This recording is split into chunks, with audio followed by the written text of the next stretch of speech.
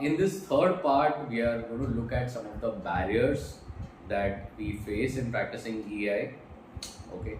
One of the biggest barrier that I think individual faces is the ego, the self-concept, the the ego of being superior than others. Because what it does is basically it stops us from showcasing some of the emotions that we experience, like specifically emotions of sadness, grief, jealousy, irritation, and all, because the person suffers from superiority complex and feels that if he showcases this emotion, then he will become weaker in front of others.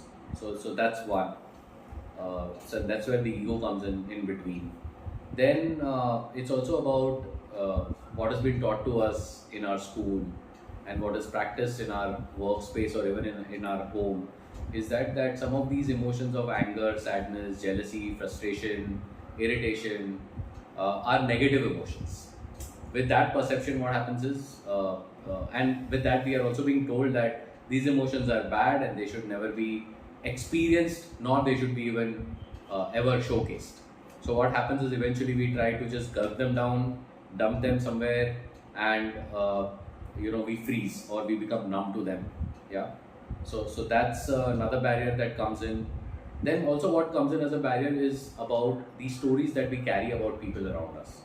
ये तो ऐसा है, वो तो वैसा है, ये तो ऐसे ही करती है, वो तो वैसे ही करता है, इसका तो ये ऐसा ही पैटर्न है. Okay.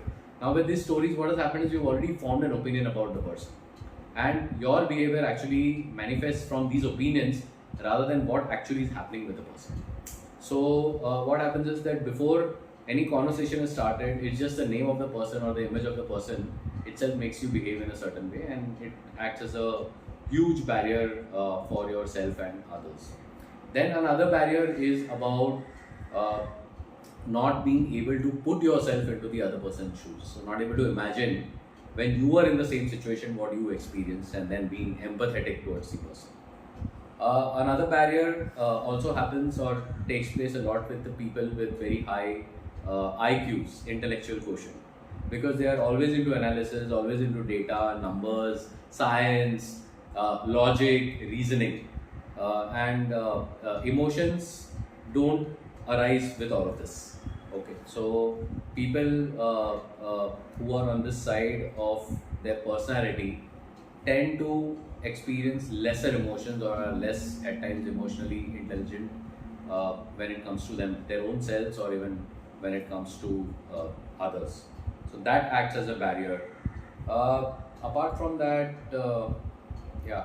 So these are some of the barriers, which come in between us. And the question that I want to leave with all of you is, which barrier you think you are experiencing which is stopping you from being emotionally intelligent?